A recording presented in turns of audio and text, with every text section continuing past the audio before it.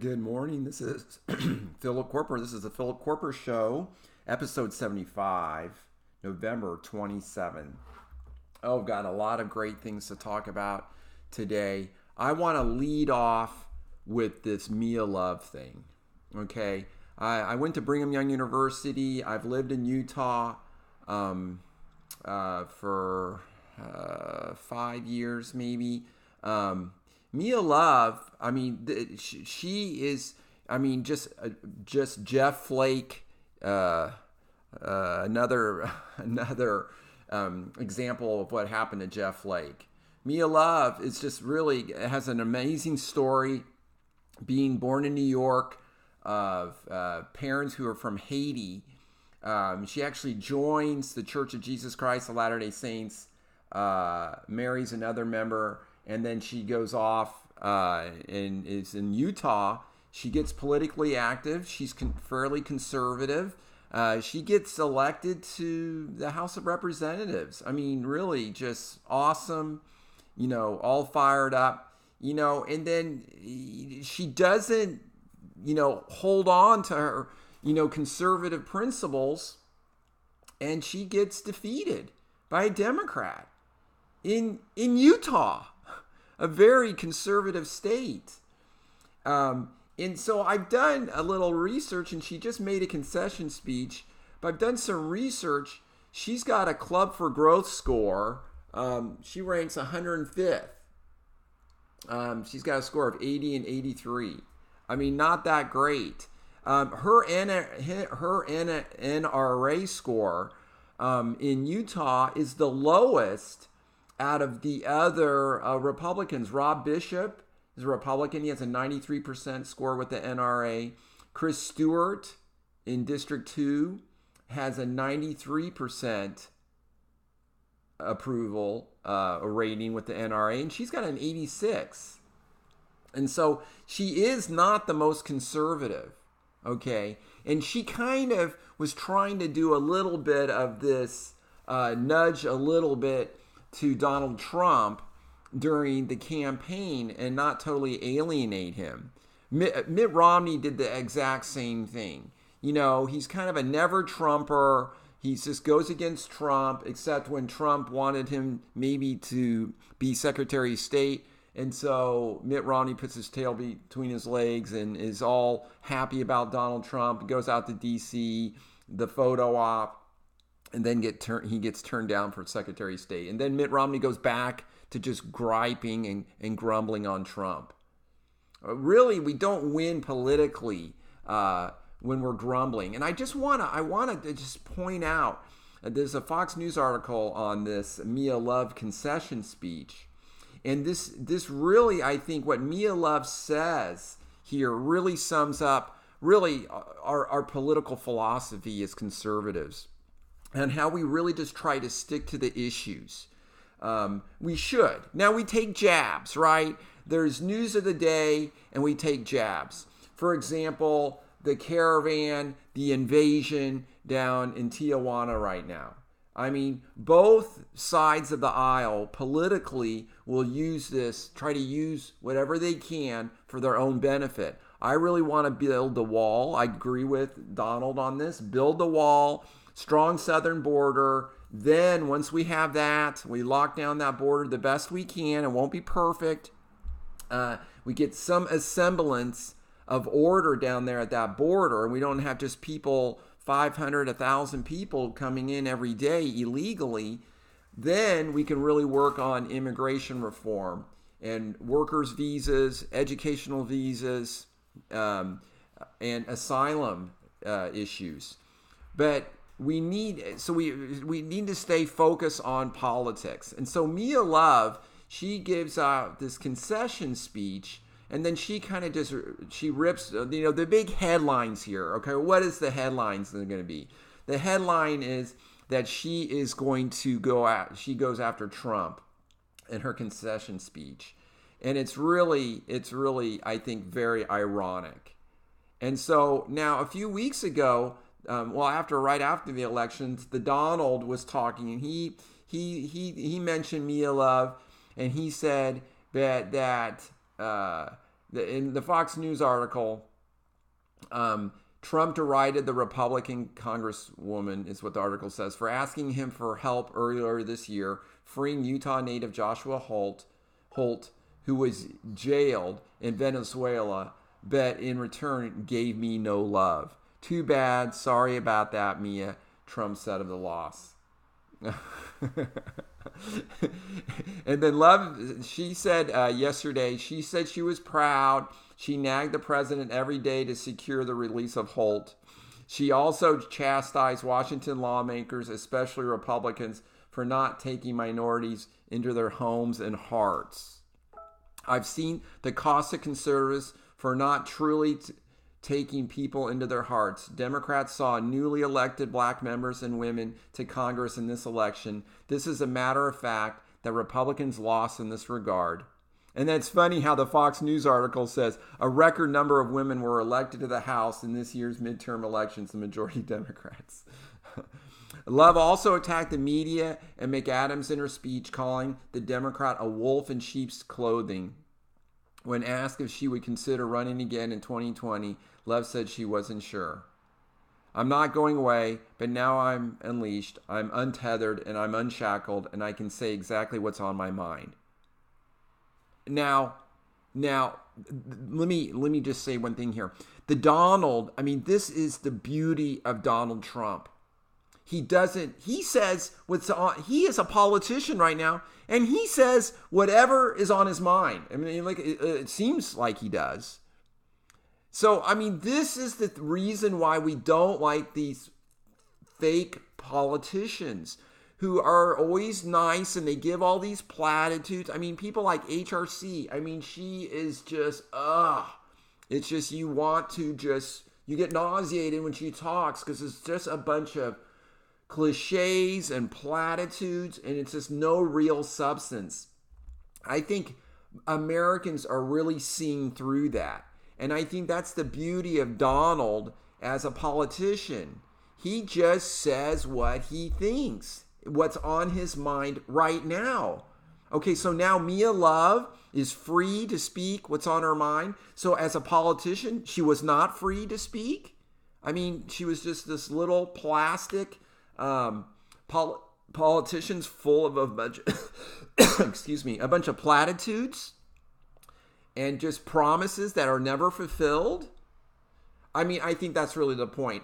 And another point I want to make, she dives into identity politics here. Okay, talking about black members in Congress and stuff. Yes. Do we love fairness in America? Do we love no heed to the color of your skin? Yes. I think this is the goal. This is where I think we're heading, thank goodness, to a less racially divided country and eventually, yes, world. Yes, this is all good. But for Mia Love to dive into identity politics here and to kind of say she was thrown out because she's a minority and that the Republicans are not taking minorities into their homes and hearts. Really, what does that mean? What does she want us to do as Republicans? Should we just vote for people of color or minorities just for the sake of their minorities? No, we're going to vote on issues. Let's stick to the issues. I think this is just this should be the touchstone of the Republican Party. Let's stick on issues and we can just haggle those things out. So Mia Love here, I think this is very sad. And I think that Donald, I think he's really making a point here. Okay? I think the Trump train has got something going. I think the Donald Trump and his policies and what he's sticking with. And if you notice, I've said this before, as he supports these congressmen, he's down supporting down in Mississippi, I think it's the Senate race, which is today. He's down there campaigning for her, that Republican. That is just so awesome. And he will talk about his issues. They're strong on immigration. They're strong on the Second Amendment. Okay? That they're strong against crime, and low on tax. He doesn't mention taxes usually in that spirit. He mentions the Second Amendment. He'll talk about immigration and maybe the wall. He'll talk about law enforcement, law and order. I mean, these are things that are really strong on his issues, and this is how he got elected to be president. These are the main core issues that Donald Trump ran on, and he's still sticking with those things, and he's trying to fulfill those things also. Small government, and he always mentions pro-military. So that is the point. So I think Mia Love is a great example here. I mean, to me, it looks like she lost because she's not conservative enough. That's why she lost. Not because she's a woman of color or, her parents are from Haiti. I mean, no. Okay? No. Or that she's a woman. I guess she was beat. I don't even know who this McAdams is, this Democrat who beat her. So anyhow, I don't know if that was a woman or not. But anyhow, it doesn't matter. It doesn't matter, the gender. It shouldn't matter. What I'm trying to say here is stick to the issues. And it looks like Mia Love lost because she didn't stick to the issues. Jeff Flake was pushed out of being a senator in Arizona because of the issues. Okay? He fell away from the conservative line. And therefore he was punished by the voters. Okay, I wanted to mention this on my run today. I was listening to the Fox News rundown, and Juan Williams was on there, and he just read through this piece on the Hill, and this is a real piece, and I want to kind of go through this just a little bit. So Juan Williams starts off when comedian Pete Davidson made a joke on NBC Saturday Night Live about an injured veteran, Representative-elect Dan Crenshaw, Republican of Texas, who lost an eye while fighting in Afghanistan. Republicans expressed outrage. But when President Trump failed to visit Arlington National Cemetery this past Veterans Day, there was no outrage among the nearly 90% of Republicans who support Trump. Okay, so this I think ties into a little bit with the Mia Love thing. Okay, now so Juan Williams is saying, okay, he never mentions how awesome, how unoutraged Dan Crenshaw was after the Saturday night gig when they made fun of him on Saturday Night Live. Did Dan Crenshaw get all outraged? Oh no. He wasn't outraged at all. He handled this so coolly. He goes, oh yeah, they can, poke fun at me, but with veterans and stuff, they might not. He handled it very calmly and coolly. As a matter of fact, he was brought on the show the next week. Okay. He was brought on the show the next week and had fun with Pete Davidson. Pete Davidson gave an awesome apology. I mean, it gives me goosebumps even to think about it, because politics it's not about the personal. It's about the issues. It's about the issues here. And so Pete Davidson was poking fun, and it wasn't a personal real attack on Dan Crenshaw. And Pete Davidson and Dan Crenshaw on Saturday Night Live the next week, sitting next to each other, laughing it up. I mean, it's not personal, okay? We can disagree politically, okay? But Juan Williams is going to make this thing all about the personal and not about the issues. So, and optics, okay? And so now, as Mia Love says, she can speak her mind. I mean, the Donald, as far as imagery and political plasticness and cliches and platitudes, so he doesn't go to a national cemetery. So not only is Juan Williams going to pick him on that, but he doesn't go because it's raining in Paris to that cemetery. Okay, so okay, so let's step back here. This is just the optics and the imagery. Now, in all fairness, Donald Trump loves all these pictures and imagery. He likes that, and to sum up his issues. Now, the thing is Donald Trump really supportive of the military? Do the people in the military like Donald Trump? Oh, well, he's got pretty good approval ratings. I mean, I was doing some research on this morning. Now, his approval ratings have dropped a little bit and disapproval ratings have gone up a little bit, but that's, Americans always get fickle with their politicians. They have all these ideas that the politician's going to bring them a bunch of free ice cream, and it doesn't happen, and they get a little grumpy. That's why the politicians usually get replaced. I mean, that's why it's assumed that in midterm elections, the party not in power makes gains, because Americans like balanced government. But Donald Trump is still very, he still has a high approval rating amongst the military. I was looking at the militarytimes.com. He's got a 43% approval rating. Okay, 43.1% disapproval rating. But he has got, a relatively high approval rating. James Mattis has got even a more favorable approval rating. Donald Trump has been really pro-military. He says he is. He's given them salary increases. He's trying to get them out of fighting in Afghanistan.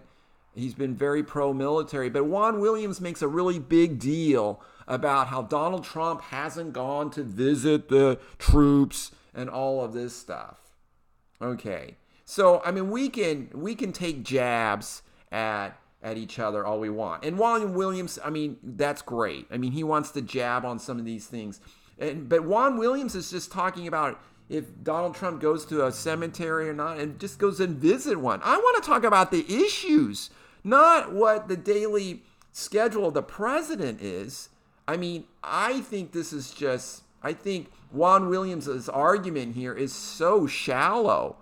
He's making the argument that Donald Trump didn't go visit a military a base. Who was at the airport at 2:30 in the morning to greet the guys who were released out of North Korea? Okay, who has been at the airport when dead soldiers come back? Okay, I think, so Juan Williams is picking and choosing here, and we can play this game all day, where Barack Obama is asleep in the White House and dead soldiers are coming back to the airport, and he is not there. Okay, so, whatever. We can take jabs at each other, but as far as policies, I mean, Donald Trump, no one's going to disagree, he's very pro-military. The Republicans always win on this thing. So for Juan Williams, a Democrat, to try to tell me, he's just not very persuasive, to try to convince me that the Donald is not pro-military. I have friends in the military. They love Donald Trump. Okay, many of them do. So I just think Juan Williams' argument is really dumb.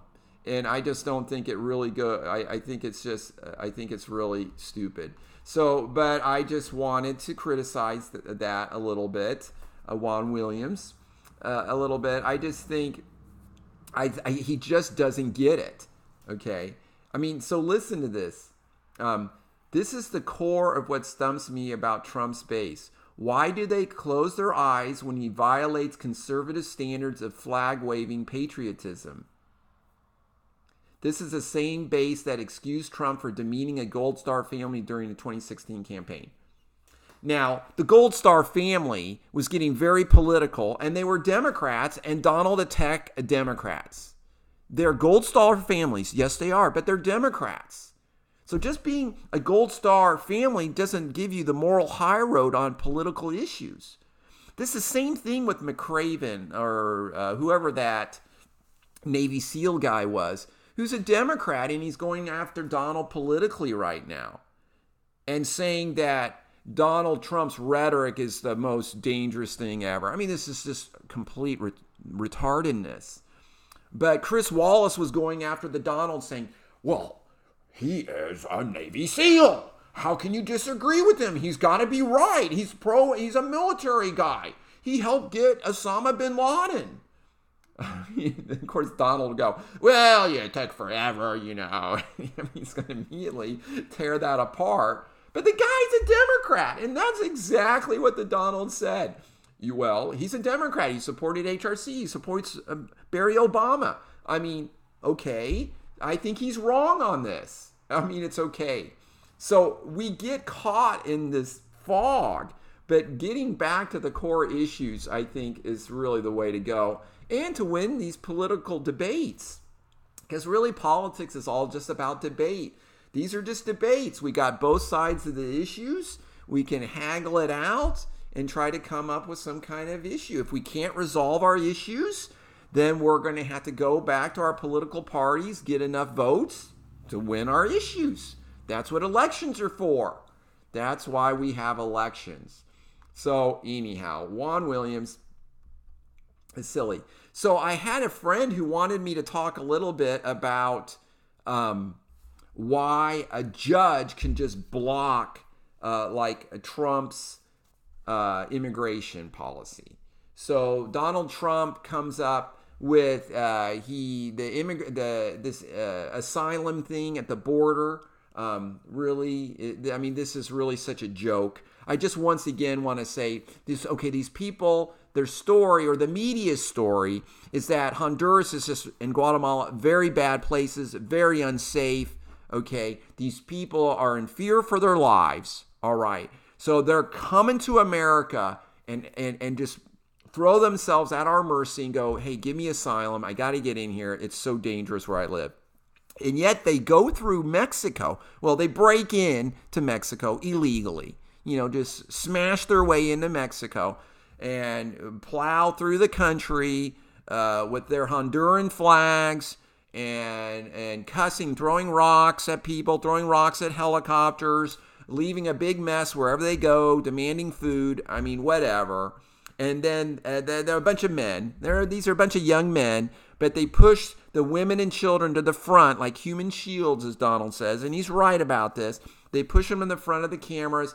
Even this article that I'm looking at, Reuters, there's just a bunch of pictures of family, women and children, and that you think that's all this is, that this is really truly asylum stuff. Well, let's just give them the benefit of the doubt. Let's say there's a ton of women and children, and in Honduras and Guatemala, it's just terrible, and they got to get out of there. So they're going through Mexico to get to the United States. And Mexico's government is saying, hey, you stop here. We'll give you jobs. We'll give you this. We'll give you protection. Okay. And no, they're like, no, sorry. I don't want that. We're going to the United States. Okay. So, this is just so political. But anyhow, and this is political asylum, right? It's political asylum. That is the term. That these people are being persecuted for whatever reason. And Mexico is saying, oh, stay here. It's safe here. Stay here. Oh, no. So if they really wanted safety, they could stop in Mexico. They're already safe. They're already away from the danger, from the political harassment or attacks that they were having in their home countries. They're in Mexico. It's another country. It's safe. No, we all know this is a lie. No, they're going to bust through in front of the cameras. This is just what the Arabs do over against Israel. The Palestinian areas over there, these groups of people, they just throw themselves. They put the women and children right in front, hoping they get killed or hurt, so they can be on camera, and then they can win their political whatever they want to win. Same thing here. Everyone's asking, like, who started these caravans? Who's behind this and stuff? Really, I don't care. I don't really care who starts this. This is just absolutely ridiculous. I do not care. We have, in Honduras, we have an embassy. If you can go there and declare political asylum. Now, I know very few people actually get this. I guess there's only like 1,500 slots for political asylum in Latin America, I heard on Fox News today, and only like 250 were issued last year. We don't issue very many of these. Obama didn't either. Okay. Obama ended wet feet, dry feet, where a Cuban national just steps onto American soil, he's in. Voila, you're an American citizen. Well, Obama ended that. Where was the outrage there? No, there never was. There never was any outrage because this is all just into the political theater right now. And that's okay. This is politics. This is free country, freedom of speech. Go for it. This is great. And so we can debate this. But I just think this whole debate with these refugees or these people coming up from these Latino nations, and I just want a wall. I want the political asylum seekers to go through the proper paperwork, and then they can come into this country. This is fine. Americans are not going to object to this. Our courts will supply this. So this is, and so what happened is the ACLU, the American Civil Liberties Union, what they did is they sued in the Ninth Circuit, and they sued on President Trump's immigration policy, like his presidential order, saying President Trump said, if you want to claim asylum, you can't just sneak in, break into the country, and then go, hands up, I surrender, I want asylum. No, you go through the port of entry. You go in through the proper way. You go through the port of entry, and you turn yourself in for asylum. Okay, that's how you're supposed to do it. But most of these guys are just breaking into the country illegally, and then they get caught, and then they go, oh, I want asylum now. Okay, so Trump said, no, you can't do that.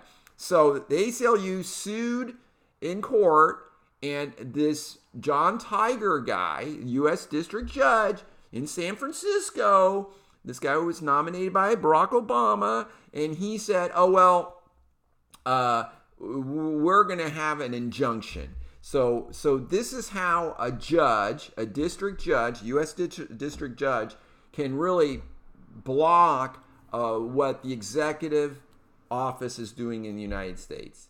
Because they said that what the executive office did, what Donald Trump did here, was against the law. And so there's an injunction. And so this judge can't just do this forever. And now this injunction can go up. Trump, I'm not a lawyer, but Trump, so I'm, from how I understand it, then we'll go up the chain, and then the Supreme Court can actually rule on this. And so this is how it works in America. If there's something going wrong, then you can sue, and then a judge may intervene on your behalf if he thinks it's in a timely fashion. So, of course, this article's on Rutgers, got all these pictures of women and children. U.S. fires tear gas into Mexico to repel migrants. And what is the picture of? Women and children. I mean, can you believe? Now, this has been an open debate that women are actually bringing their kids, like human shields, pushing them to the front, and they're just rushing into the country. What mother would do that with her kids? I mean, if she's so desperate, to get out of her country because it's so bad there, she could stay in Mexico. She's in Mexico when she's breaking into America. No, this is all just for the cameras. And of course the cameras love it. Rutgers is just, she's on in front of the world right now. And it shows a picture of them on the fence with the Honduran flag. I mean, I don't get why they're waving flags and throwing rocks. Okay, NPR, I was listening to NPR yesterday morning, and it mentioned all women and children are being tear gassed. It looks like this is a peaceful thing. Oh, well, it turns out there's videos. They're throwing rocks. Oh, they're not very peaceful. They're throwing rocks. We have video evidence of them throwing rocks. Okay, and the libtards were just denying this. Oh. Oh. So anyhow, I just think that Donald, he is going to win on immigration, and he is going to win. Most Americans are not going to put up with this. I saw some guy interviewing people like in LA. Like, do you think we should build a wall? Oh, no, no, F no, and oh, no, that's bad, And this one lady goes, oh, no, my boyfriend's Mexican. And then the interviewer goes, well, what's that got to do with it? And then she goes, well, I guess nothing. I mean, this is just knee-jerk reaction. Most of the media is so against Trump. If he likes blue, they hate blue. Oh, my favorite color is red. Oh, I hate red then. I mean, they will hate no matter what he hates. It's like when Trump was going after the Muslim terrorist, now the media is very pro-Muslim. I mean, they weren't before during Obama's. No, they're very pro-Muslim now, super pro-Muslim on everything, and anti-Jew now, which is ironic. So they are going to, when Trump was trying to move the embassy down to Jerusalem when he did that, they were all against that. Now Obama said he was going to do that. They weren't against it when he said that. It's just hashtag resistance, and that's okay, but we're going to win on debating the issues. So this is why, and this is from Koerper on this judge blocking the president. The answer is that the president is not the highest office in the country. The highest office in the country is the United States citizen, also known as we the people. We the people give various people various powers using the United States Constitution. The president is one of those people to whom we give powers, with specific powers described in Article 2, and other powers as prescribed by the law by other branches of government. In other words, the actions of the president still have to follow the law. The courts are empowered to determine, within their specific jurisdictions, whether the law is being followed. In the case of the executive order, the courts can well decide that the order violates the law. That's their job. So out in San Francisco, the 9th District Court, that's going to include that border, that southern border. And that's where these people are coming in illegally. And that's why that judge can rule against the executive here, rule against the president. To be clear, there had to be a court case. So in this case, the ACLU had a case and they sued in court. So they had a case. Some person, the plaintiff, suffered harm because of this order and felt that the harm should be repaired by the party. So the people are being harmed that they can't just break in the country illegally and go up to any border patrol guy and go, I want a political asylum. So Trump said you can't do that. And so this judge is saying, well, that's against the law. The law says you can do that. So this is the push and shove here. Some person, the plaintiff, suffered harm because of this order and felt that the harm should be repaired by the party that caused it. In this case, various people and agencies within the executive branch. So that person went to court and asked that the judge to order the offending party to repair that harm. The court determined that the plaintiff was right. The executive order was illegal and may not be enforced. What the president did was illegal according to the court. So that's why the judge can intervene on that within his jurisdiction. I know it's a little bit screwy, but it works its well out, and it'll work its way through the court. So either President Trump will make a change with that, or he'll appeal it and it'll go to a higher court. So this same thing happened with Mr. Attention Getter Jim Acosta. So the White House takes his press pass away, and then CNN sues in court, and the judge says due process wasn't followed. So the White House needs to have some rules, and when someone violates the rules, you go, hey, you're breaking the rules. I mean, this is more fair, and then we can't just take the pass away. I mean, this pass is kind of important. It's kind of part of our, legal, rights. And he's got the right to due process. So you can't just be mean to Jim Acosta and just yank his press pass away because his hair is messed up, and it's never messed up. He's always got his hair all fixed up nicely.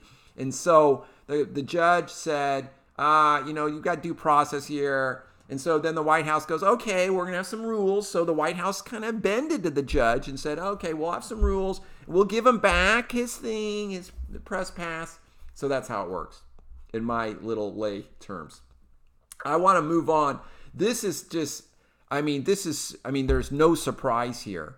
that the Clinton Foundation, their donations.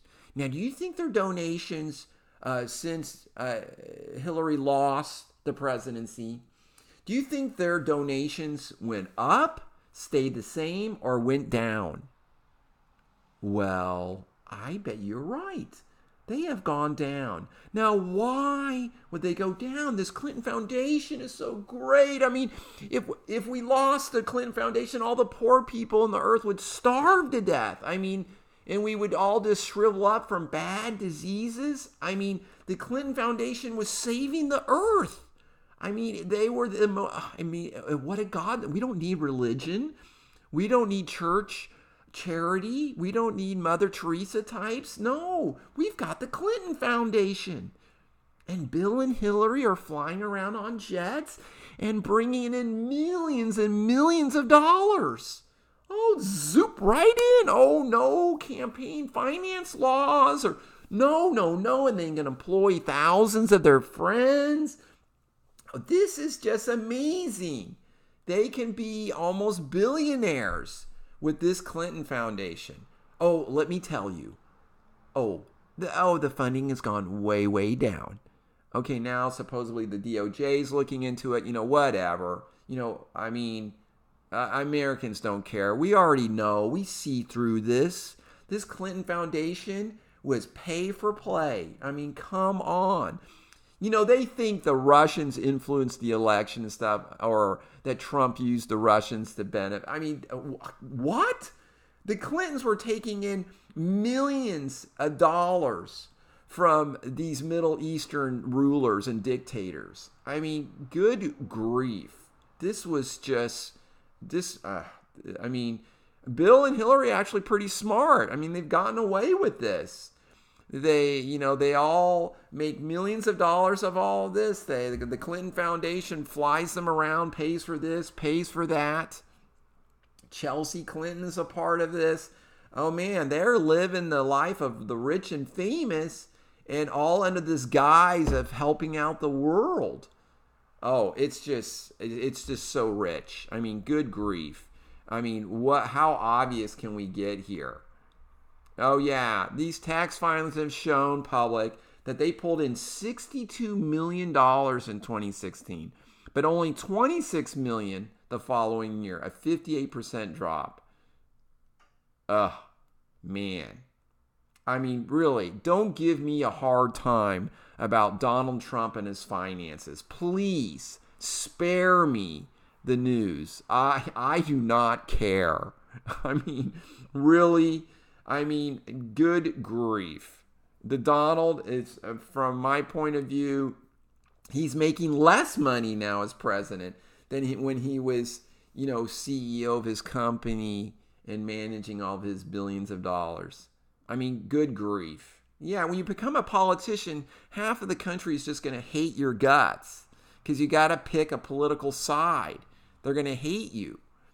Okay? And that's going to hurt his business. It's not going to help. So, and even if it did, I'm okay with that. The Donald is working hard. I'm all for capitalism. But the Clintons here, they just go around. This is why the money and politics, just let it flow. Okay? You can't stop it. You can't stop it. We'll try to be as honest as we can. We want our politicians to be as honest as we can. But, all these rules and regulations with political speech is dumb. And the Clinton Foundation really proves my point. How are we going to get around all of this thing? Hillary Clinton was the Secretary of State, and then she was a senator. Bill Clinton was out of politics, but Hillary wasn't. Oh, Hillary was not. So they set up this foundation just to funnel there's no limit. There's no limit how much money you can give to the Clinton Foundation. So when the people in the Middle East want influence with HRC, they can just give her as much money as they want. Oh, I mean, so this is just going to happen. All these rules and regulations are dumb. The Democrats like them. John McCain got sucked into this with the McCain Feingold campaign finance reforms. Dumb. Everyone just gets around them. It's stupid. There's going to be money in politics. We're just going to have to hash it out politically. The other side will point it out if there's a lot of corrupt money, and they can point it out, and the voters can decide. So there you go. Oh, Chuck Schumer tweets this. He says, I don't agree very often with Chief Justice Roberts, especially his partisan decisions, which seem highly political on Citizens United, Janus, and Shelby. But I'm thankful today that he almost alone among Republicans stood up to President Trump and for an independent judiciary. So, I mean, this is hilarious. I mean, John Roberts, why he took a jab at Trump is, well, he's getting political. Okay? He just jumped in the... John Roberts is not being an independent judiciary guy when he picks on Donald Trump, who is a Republican politician. I mean, did John Roberts pick on Barack Obama? Oh, no, he never did. No. So John Roberts is getting political. Okay. Now, the dirty little secret is, of course they're political. Everyone's political. No big deal here. We know that.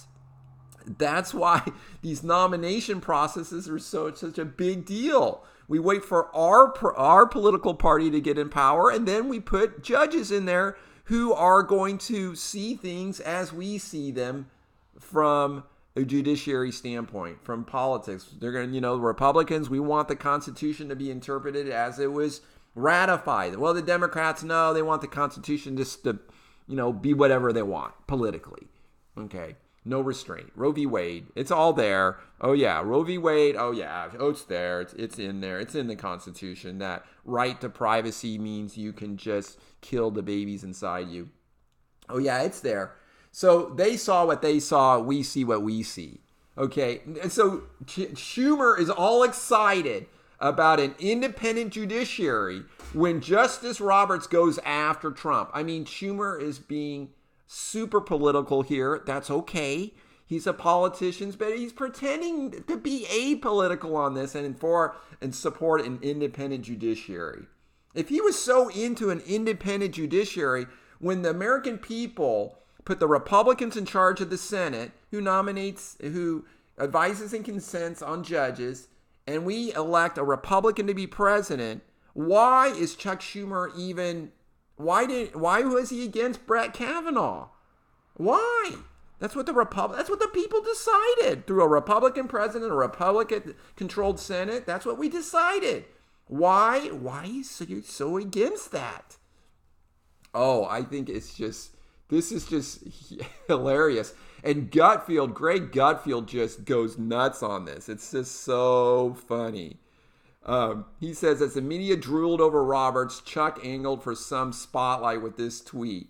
And he went over it. And then Gutfield says, so in one breath, Chuck made Trump's point perfectly. A chief justice makes partisan decisions.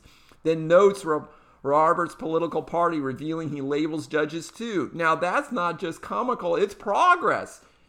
It used to take days between people mocking Trump over what he says to them admitting he was right. Now it's collapsed into mere seconds. Or as Dummy Chuck says, Trump's wrong and here's why I agree with him. Which reveals something key. It's not that Trump's critics have a problem with the truth.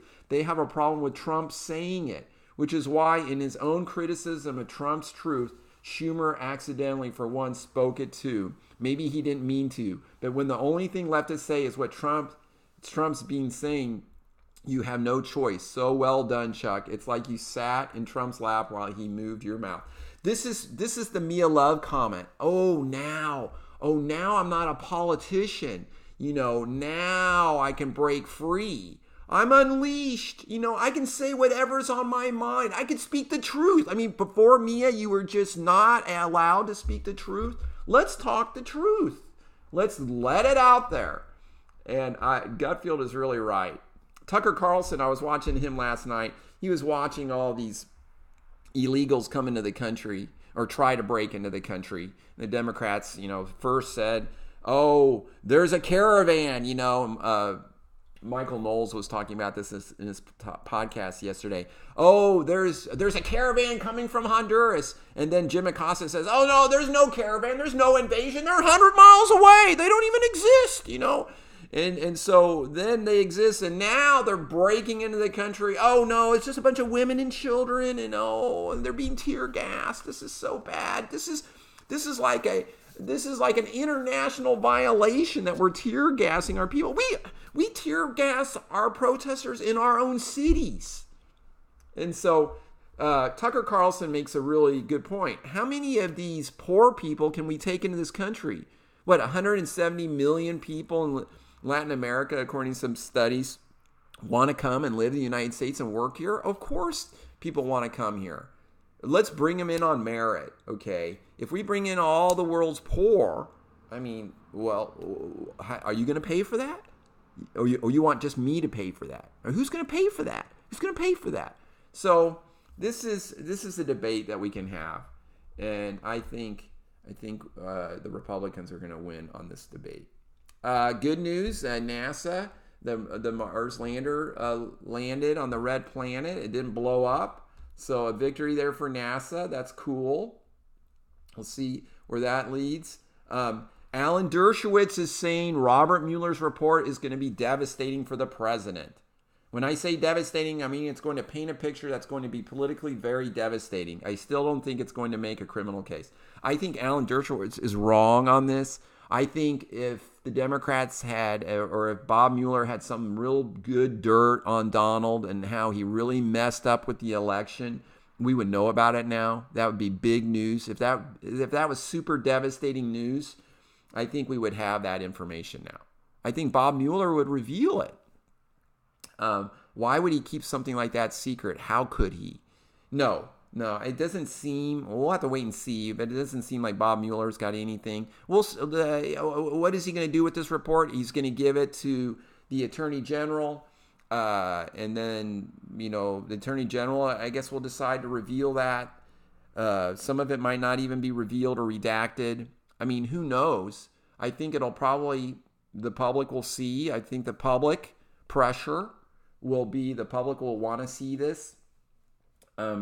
And we'll decide. But I think that if there's something super damaging on Trump, we would know about it now. So it looks like this Bob Mueller thing is not going anywhere. And no one, what kind of Russian collusion do we have here?